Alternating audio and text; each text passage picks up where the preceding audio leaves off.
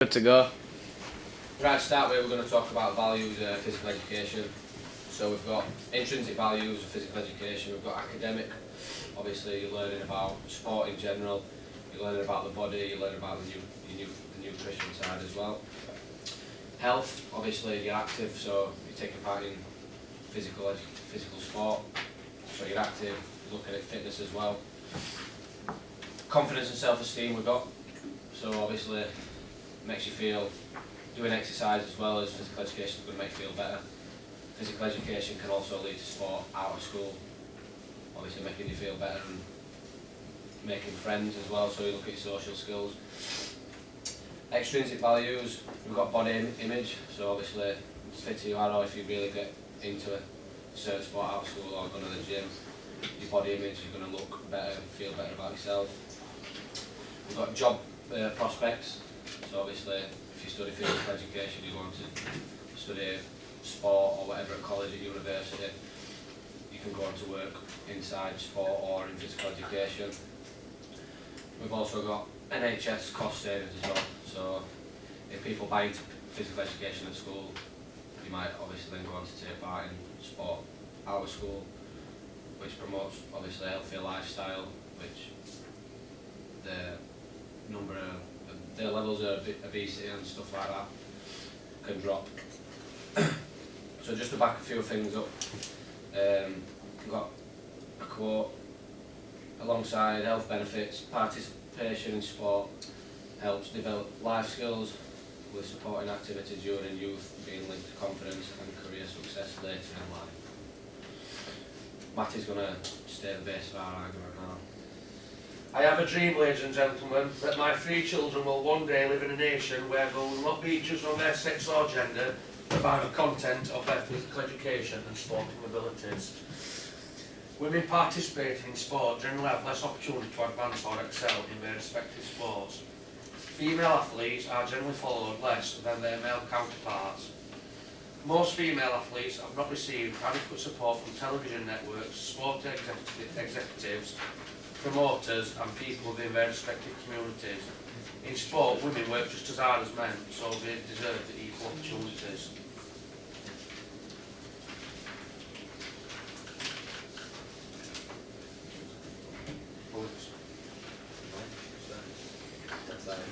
So you should step That's his opening statement. Okay. Martin Luther King style. Over to you guys.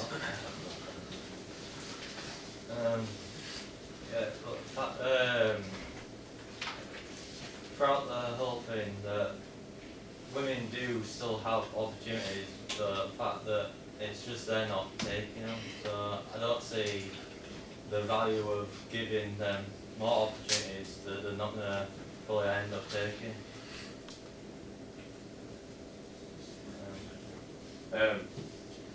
Pretty much, obviously, back to a few points opposition said in terms of values of sport, especially at recreation level, school age. A lot of values you can get out of it, like social skills, a lot of like life skills. Just getting people like working together most of all.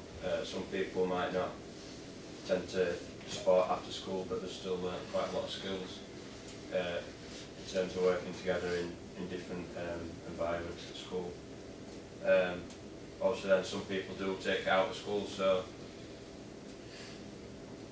they can go to like further education in terms of like college and university to look at a wider thing about it. Yeah, obviously there's like obesity levels and things that sport does help bring down, so it doesn't just affect you obviously in your sporting ability, just in your general life. Makes you feel better about yourself. Yeah, obviously you're fit, so your body image, things like that, if it comes to it slowly, obviously you feel a bit better about yourself.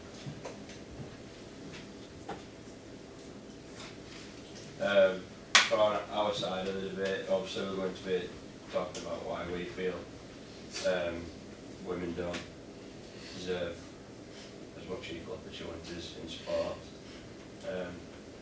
So obviously we're going to talk about a few points about that. Okay. Yeah. your main findings? Right, so we've all heard the term, if you're good enough, you're old enough, many times in all areas of sport. So, as well as that, it's a common fact by playing with better individuals, it's going to bring you on as a person, and obviously in sport as well, you're going to better yourself.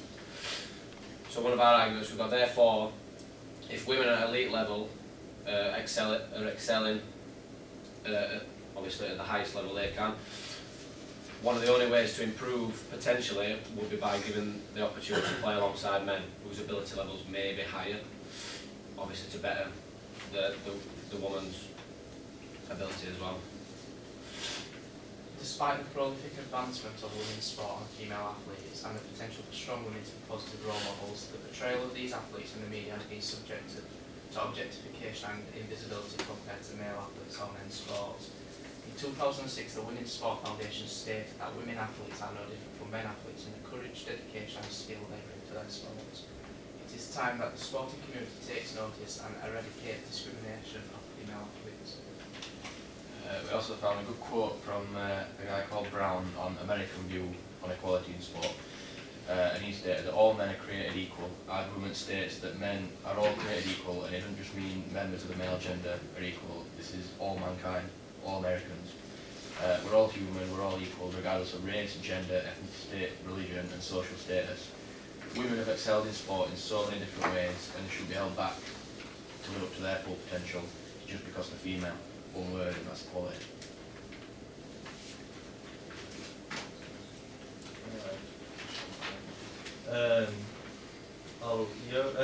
Europe's growing obesity crisis will see almost 3/4 of men and 2/3 of women in the UK being overweight in 15 years, the health experts have said. In the UK, that there will be 74% of men and 64% of women that will be obese, up from 70% and 59% respectively 5 years ago. Saying that basically why we should not be just focusing on the fact that equality on women, the fact that men's obesity levels are much higher, because it shows that we shouldn't be just focusing on one set of gender to stop obesity. We should be trying to focus on stopping obesity overall, not just on one gender. Also, the fact that with the likes of Sport England have already set up a few groups basically to help women get more interactive with sport. If this girl can, I will, if you will, and go where women are. So basically it will help women get more active, so why not do we need to give more opportunities for women when there's already ones out there? It's just not really been getting taken opportunities by the women. Well, at elite level in sport, we've found obviously grassroots now, so everything that works at the elite level, but everybody focuses on at elite level, so that's where it's seen most. So women aren't being given the equal opportunities at elite level, so it puts women off at grassroots sports. Like for instance, just football, it's a brilliant example. The money what women get in football compared to the men. I think Arsenal ladies, when they won FA Cup in 2014, received £5 grand off FA, where Arsenal received £1.5 million. £1.5 million. So what a difference there? Why should men get more, paid more? It's the fact that it's not that there's opportunities there for them. It's just we're not getting the benefits of TV coverage and things like that. So if we got benefits, if we got the same support as sponsors and associations, we believe in our argument that it would be as popular as men's sport, but they're not being given opportunities. We want to know why they're not being given them opportunities. I think that obviously like nowadays sport's more of a business, so you look at it, should get more opportunities for men because it seems to be more for the sport. Obviously, if you talk about football, the example you just used, straight away people that you hear about are maybe like Cristiano Ronaldo, Messi, people like that. So obviously, yeah, we know women are like playing maybe at the same time, obviously games, so you could say that she deserve the same pay, but it's not, obviously nowadays it's not just that, it's obviously what more do you do off the field, what do you bring to the game. So obviously male football brings a lot more in terms of TV coverage, more people want to watch the male football. I do know that more people want to watch male football though, because they've not got opportunity to watch women's football. That's what we're saying with TV coverage and things like that. To your point, we found a fact here that Women's World Cup final has become the most watched football game ever in the United States. The Sunday match in which USA beat Japan 5-2 was seen a record 25.4 million times, according to Nelson's ratings. It shatters previous records set during the 2004 Brazil World Cup when 18.2 million tuned in to see USA play Portugal. On top of that, they've pulled off the FA's website into the history of women's football. In 1920, the biggest crowd for a women's game was recorded with an attendance of 53,000 when Dick Kerr ladies beat St Helens ladies 4-0.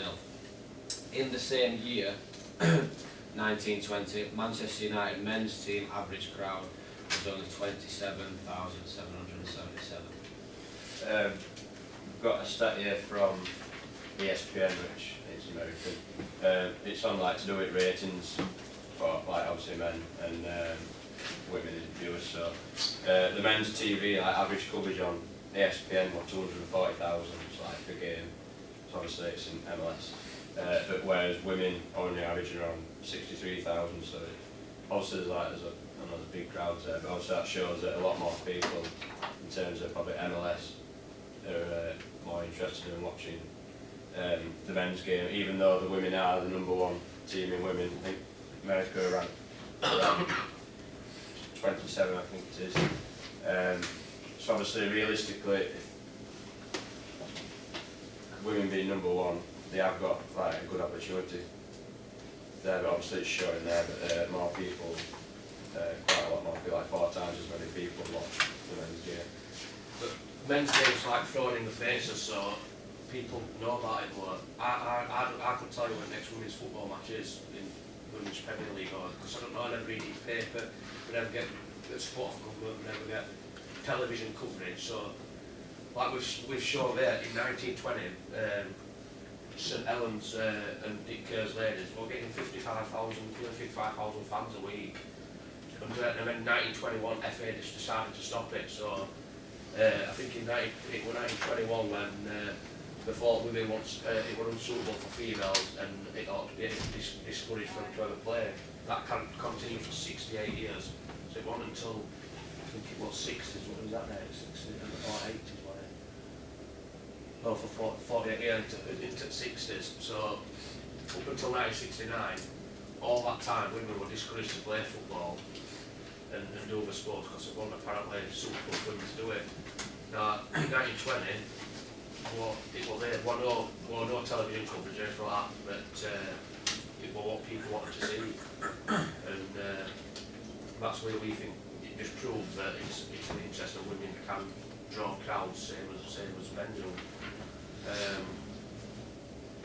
We're just like, basically, it's the governing bodies of each sport which are to blame. We've found in our fines mostly, and FA is probably one of the worst ones for it. Well, there was up until very recently.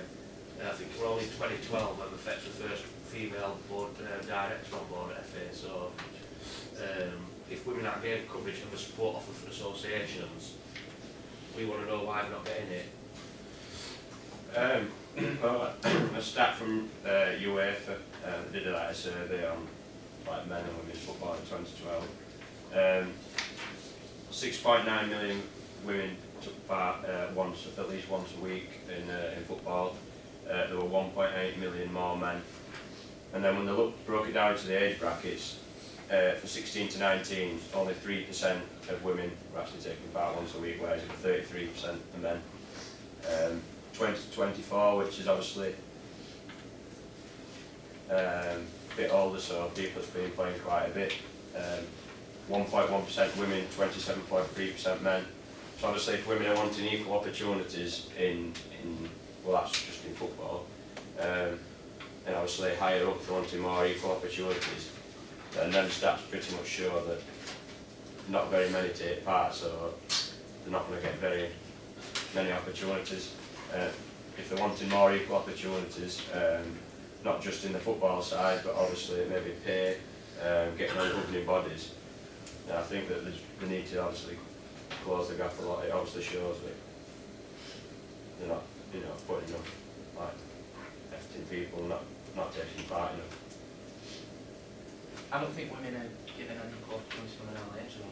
We read into something here, and it's saying schoolgirls being put off exercise and sport by their PE lessons. Young girls feel self-conscious when exercising or unhappy about the activities offered. So I think they're not given an equal opportunity from an early age. If they were given an opportunity then to do a variety of different sports, someone says they're not going to progress in that sport. Instead of just being forced to do football. On that, typically, like obviously when you're at like secondary school, especially, the lads have certain sports that they will look at. So obviously you've got your football, you've got your rugby, maybe a bit of cricket. Whereas in netball, stereotypically we'll do netball, gymnastics. Alright, so we're saying obviously if the girls are given an opportunity to do the sports that they might want to do at that age, alright, which could be football, could be rugby, could be cricket, might not be, but it could be, then we could see obviously a growth in grassroots opportunities and levels in female participation and obviously ability levels as well. Plus that argument you said about not many people wanting to take part, girls in. So if, like a junior school, most teachers are women in a junior school, so should men get paid less? Less teachers, because less men want to do it, should they get paid less? Because there's less people to do it, it don't make sense. Because there's less people taking part in it, don't mean that they should have the same duties that people are taking part in it. Plus, I think you could say that the numbers are less, possibly, because you have a look at it, and the women's football is not televised nearly half as much as what men's is. So there's not really any role models to strive towards in that sort of section. And plus, for women's football, unless you're going to make it to the very elite, like a Martin or an Alex Morgan, you've not got enough money to just do football as a job. Whereas you get your male footballers in such as your League Two can do football just as their one job. A woman footballer, if she were going to be, some women footballers in Premier League, they don't earn enough money to just do that football as a job. They've got to get a job on the side. I mean, I've got figures here. Alex Morgan, she earns £285,000 a year, which is quite a lot, but compared to Lionel Messi, £46.9 million a year, it don't come nowhere near in numbers. So you've got to say, where's motivation for them if they can't go and do their sport as a main job where males can, because they've got to go and get a job on side just to maintain a lifestyle.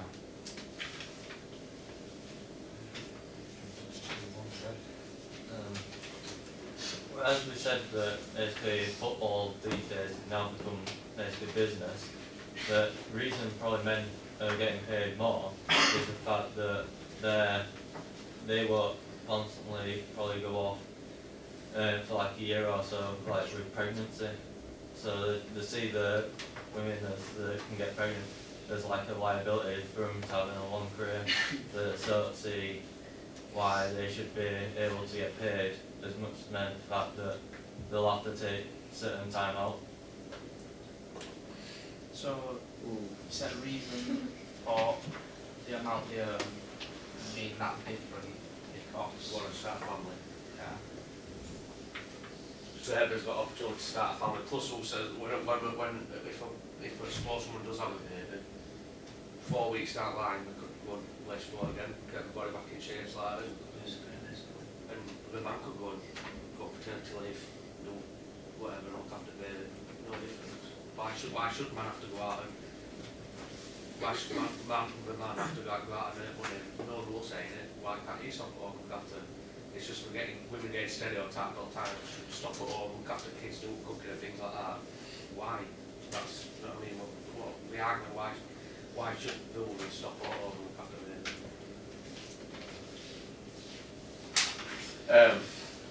Dora, obviously, probably a Twitter poll a couple of weeks back that basically did about tennis. Should women get paid the same as men in tennis? The results that came back were 24 out of the 4,000 people that did the Twitter poll. 24% said yes, 76% no. Some of the reasons behind that are basically because women don't physically play as much tennis. In like the Grand Slams, women only do it playing to best out of 3, so you're only going to play a maximum, obviously 3 sets most, probably 2. Men have to play a best out of 5, so obviously you can understand that they play a lot more hours on court. In the other countries, obviously Wimbledon, not very warm, but other countries obviously that takes a lot more out of you physically and mentally, such as like the French Open, Australian Open.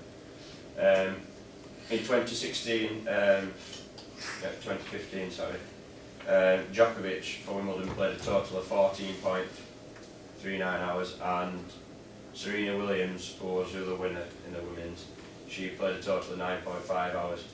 So obviously, if you were at work, would you want to work a lot more hours but still get paid the same? Right, so on that, women, are they given the opportunity to play 5 sets? It's a ruling that they only do play 3 sets.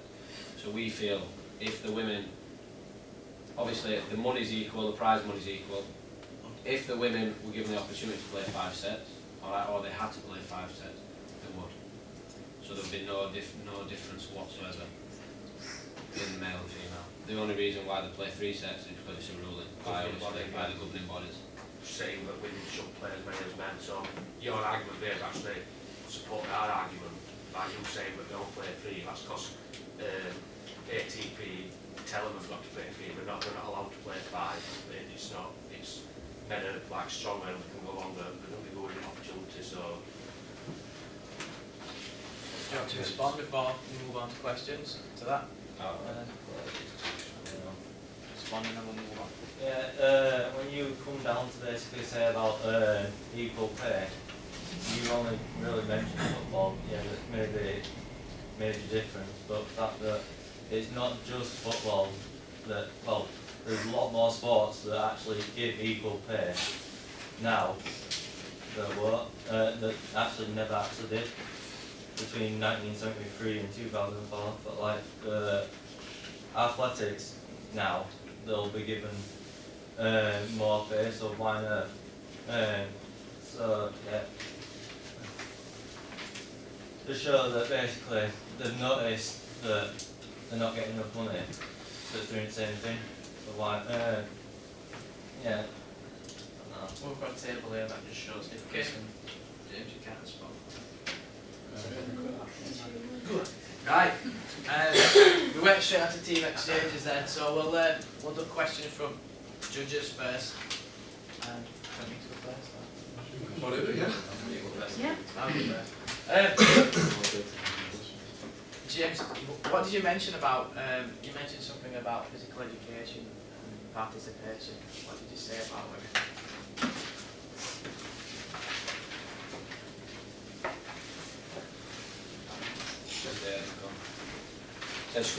School girls are being put off by exercise and sport by their PE lessons. Alright. Yeah. Alright, so what would you base that on? My argument, or question to you would be that recent research carried out shows no variance in terms of participation, not only in school but in after school clubs, right? So what do you think the reason is that after that there's a dropout? I could put it forward to you that actually the opportunities are there for them, they're just not taking them. Like if you looked at this class size now, right? How many males is there, how many females? Well, that answers the argument like Tyler said. If it's not happening at elite level, why would we pursue it? Because if they can't see it's going anywhere, there's no motivation for women. So if they think, oh, I'm going to be a professional footballer, I'm going to have to do that, I'm going to have to go work behind the bar for 18 hours a week as well, and do everything else. If there's no motivation at elite level, that's why we think, that's why it's getting put off. It's the same. You won't like study something like if you go to a job before no and like work your way up before no end, goal, would you? You wouldn't want to do it. Alright, so would you say the main one that's missing is the extrinsic goals? So the rewards, the money? Well, I don't think, I'd put it to you that a lot of people in this classroom, me included, would actually take part in sport for the intrinsic values of it, to keeping healthy, and I'm here because you're doing something that I love, and I'm teaching sport because I love it, talking about healthy body, eating right. So why do you think it is that they're not doing it? Do you think it is just that extrinsic values of rewards and money?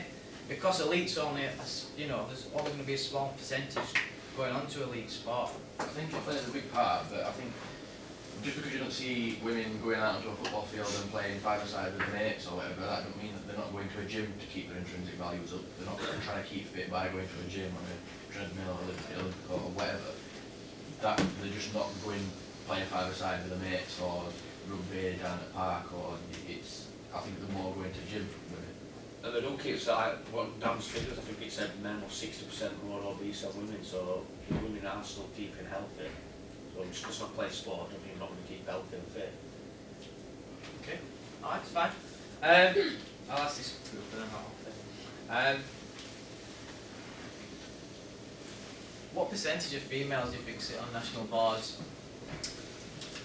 And you should know this because this is one of your key readings. So it mentions it, I think it mentions it 25 times. It's one of the key readings of your article. That's my only question. Yeah. How many people sit on national boards? No? Okay, it's fine. Do you want to ask? I'll look same, I've got one for both of you. Start with that group first. You said that, and to an extent I do agree, but you said that why don't women get paid the same as men? So like for example for football, why don't women get paid the same as men? But sport in any sense is a business. And I was looking at a result of a game from a female game that you went to. Chelsea ladies against Donny Bells at Donny's ground. Top level of women's football in England, biggest league in England, and there are 1,000 people there. How could them players possibly earn 200-300 grand a week when the money's not coming in? Obviously sport is relative, so the money that goes into it means that money can be paid out, i.e. television rights gets paid to Sky, pay television rights, that goes to clubs, but all of a sudden the merchandise that these big names bring in can go back out to the players because effectively they're the faces that develop that money and develop that income. If the female sport's not doing that and it's not attracting 60, 70, 80,000 every week, where would that money come from? And if that money, if clubs did have to start paying that money out, what would happen to those clubs? So Donny Bells, if they're paying 200-300 grand a week out to their players, or to the top players, how are they going to sustain a football club? Well, that's part of that, as argument is, not necessarily money alone, that the fact that I didn't know Donny Bells would play Chelsea is the coverage we receive. So if we're saying if we get the coverage first and we get more support for good boys, then the crowds will increase and the participation will increase and things like that. It's a coverage and like I said, the FA, the governing body, not supporting us and not throwing in space as much. I bet the result of that game was even in newspapers. Remember, you had to it was. In national newspaper. In relation to when to find out about where fixtures are being played, where do you get that information from? How did you know that? Did you watch any much Champions League on Tuesday, Wednesday? How did you know that them fixtures were taking place? So everything. They were on all betting websites. It were on all adverts that come on. It were on Sky advertising for last week. It was throwing your face on Sky Sports News probably every 15 minutes for the day before 24 hours before. So that's why I knew. I didn't know what I mean. It's like coverage from television, things like that. Because Sky Sports do advertise They've got women's the female once a week, I think. It's on BT obviously, as so is the males as well. Yeah. So they advertise. It's all They're a on sports both. programme, but I think Tuesday at Sky Sports have a women's sports hour. On that, what you said, it's something that's not going to happen overnight, is it? It's something, obviously, your advertisement and your, obviously, stuff like that, getting it publicised, stuff like that, it's not going to happen overnight. It's got to be put, and over time, spectators, it's going to increase. If the advertisements there, then it's going to increase, but it's not going to, like I say, it's not going to happen overnight. No, and I think that's true because you are seeing it already. I mean, It's a fact is that women football is the highest, like the most growing sport in the world, isn't it? So for example, that you said about the footballer earning 260 odd grand a year. Alex Moore. For example, that in 20 years ago there would not be a female footballer on this planet earning that. So it is growing, which I agree with. yeah. And then a question: can you just the fact that you had about obesity levels in men and women?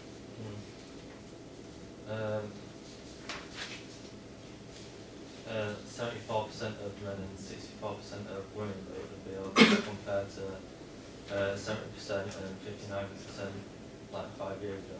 Okay, so there's a high percentage of men obese. One of your opening statements was women not taking opportunities to participate. There's plenty of opportunities there, but they're not taking them. Look, thinking about that fact, surely that must mean that there's a high percentage of men not taking the opportunity to take part in physical activity. So, why should there not be more schemes and initiatives for women to take part? Because if there's less people, if they have less of a chance, yet they're, as a percentage, less obese, how are they not taking that opportunity and then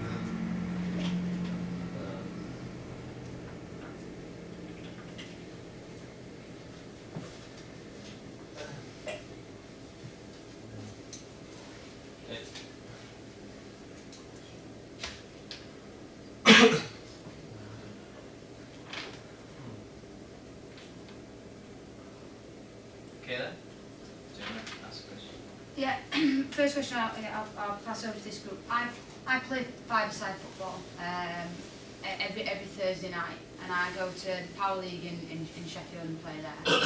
I currently pay £24 for my group to play in their five-a-side league. Alongside, at the same time, on the same pitch, there's on the same pitches, because we only have one fixture on Thursday night female football there. It's £24. At the same time, the same facilities, the same opportunities. Male pitch is £34.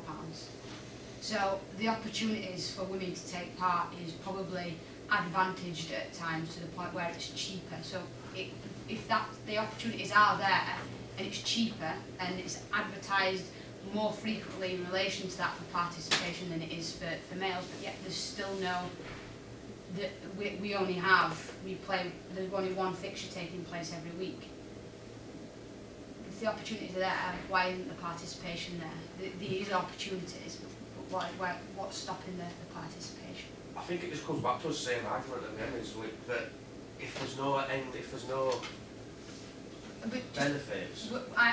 So obviously I'm playing for enjoyment. The rest of the boys that are playing there, I don't think that I think that is an enjoyment factor. I don't think any of them people there are playing because they think they're going to be the men. Probably will be. They're playing because they think they're going to, because they're too old in terms of getting to the point where they're going to be playing elite level football, because some of them are at a point where they're probably past retirement age in relation to sport. But yeah, so I think that can be taken out. It's not in relation to that aspiring to be, because I'm not now aspiring to be a professional football player. But why is the participation level sport, because that's what it is, why is it that big a difference when we've got an advantage of it being cheaper? I think on the physical, when we mentioned about the physical education, obviously stereotypically the girls at secondary school will do netball, gymnastics, dance, whereas in the boys obviously do football, rugby, cricket, stuff like that. So obviously if you're looking at five-a-side for women, because they're not given the equal opportunity in secondary schools to take part in football, obviously they're not going to not play football for 10 years and then think, oh, I'm going to go five-a-side and make girls tonight. It's not a thing that happens. So if that happens, if you can change where girls are going to take part in football in schools, like I say, it can have a knock-on effect on taking part in football out of school as well. Plus, it's just because as many women don't want to do it, doesn't mean we shouldn't have equal opportunities. Like, I'm sure when my daughter does gymnastics, there's one boy out of 20 girls. Do you know what I mean? So, just because there's less women playing, don't mean we shouldn't have the same opportunities as men. Just because there's less. You know what I mean? It's the same as anything. If I want, like, if I went to I did a drama class, might be, I know in the cow when you were in drama at school, 20 lads and one lad. It don't mean that the boy, the man, can treat him differently because he wants to play. You know what I mean? So you should still have the same opportunity. So there's only one set of girls playing in that game and all men. You shouldn't be treating differently. You know what I mean? So. Obviously, Francis, we talked about sport being a business. What, in relation to it being a business, the money that's being put in from the government isn't, you know, that's not in terms of a business sense. So I'm just wondering if you had a difference between not taking the business aspect out of it. Is there a difference between the money that the government puts into male sports and into female? As an example, obviously I've talked quite highly about football. How much money difference is there between the FA putting to male and female football? Is there discrepancy? Is it the same? Because I think obviously football and things like that is obviously going to be a lot more into men's sport. I think that's obviously to do with down to participation levels. It's going to cost a lot more to fund the men's side to the women's. When you're looking at a young age, you've got 3% of the 7 million women. It's not going to cost as much to fund that side of things. It is to women. It is to men. Is anything from, obviously I know I give the example of football, but is any other examples where participation, have you got from any other sports? Yeah.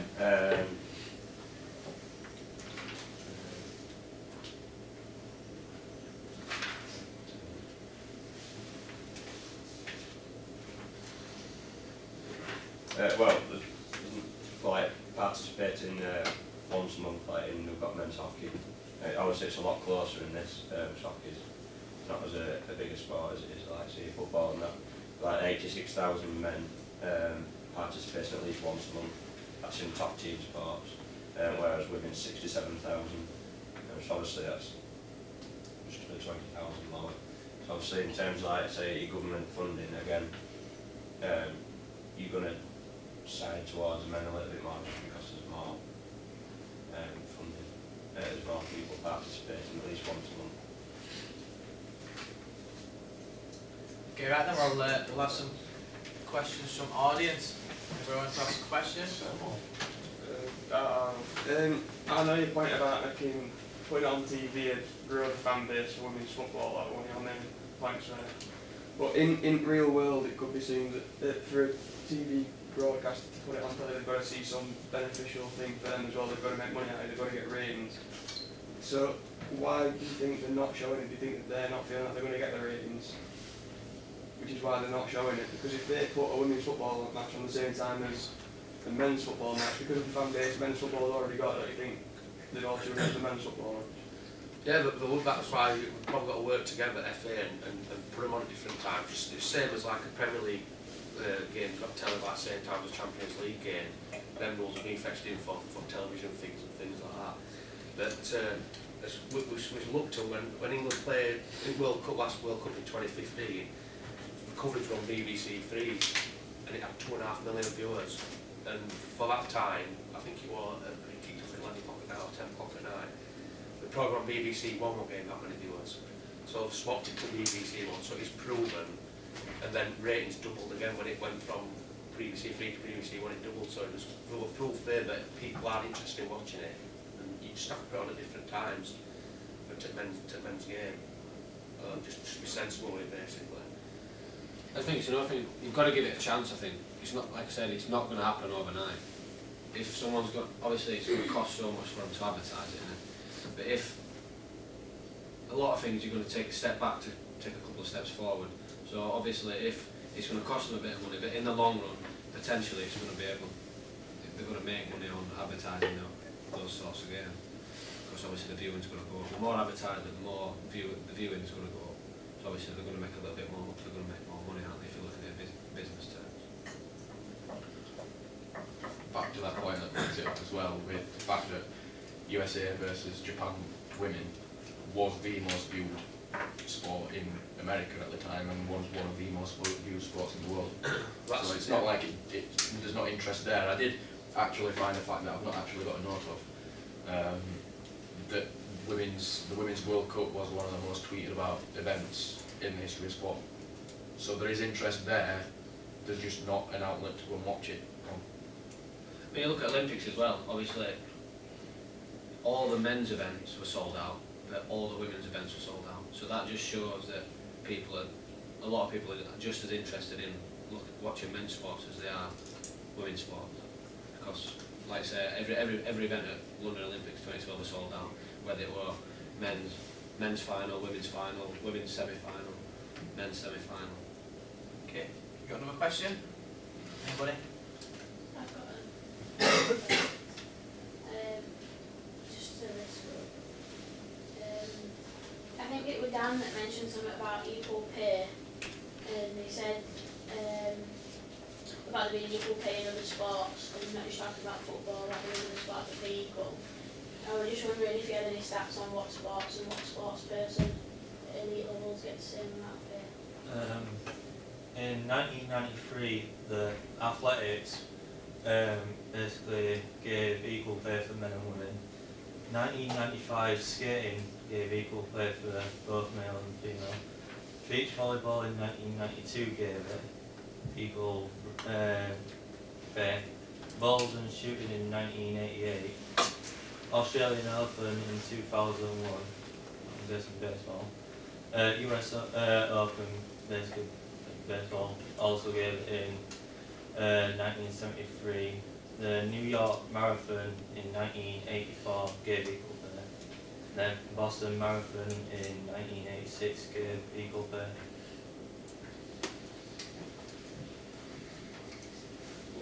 Any more? No. I've got one. I don't really know what it's for, it's just a quick, like an open question, but like you're saying that that women should be given like more opportunities to play football, or like should be more, like the percentage should be higher, but should it not be the same focus on men in sports that like dominated by women, such as like netball? Should there not be the same sort of focus in that? Should it not be for the sports and not for the genders? Yeah, I agree with that, but I don't know about that, so I can't really talk about it, but yeah, opportunity should be equal, it's equality for it also, the opportunity should be equal everywhere, yeah. That's what I think. Okay, any more questions? No? Alright, so you lot went first, so your final statement if you want to make it. Final statement.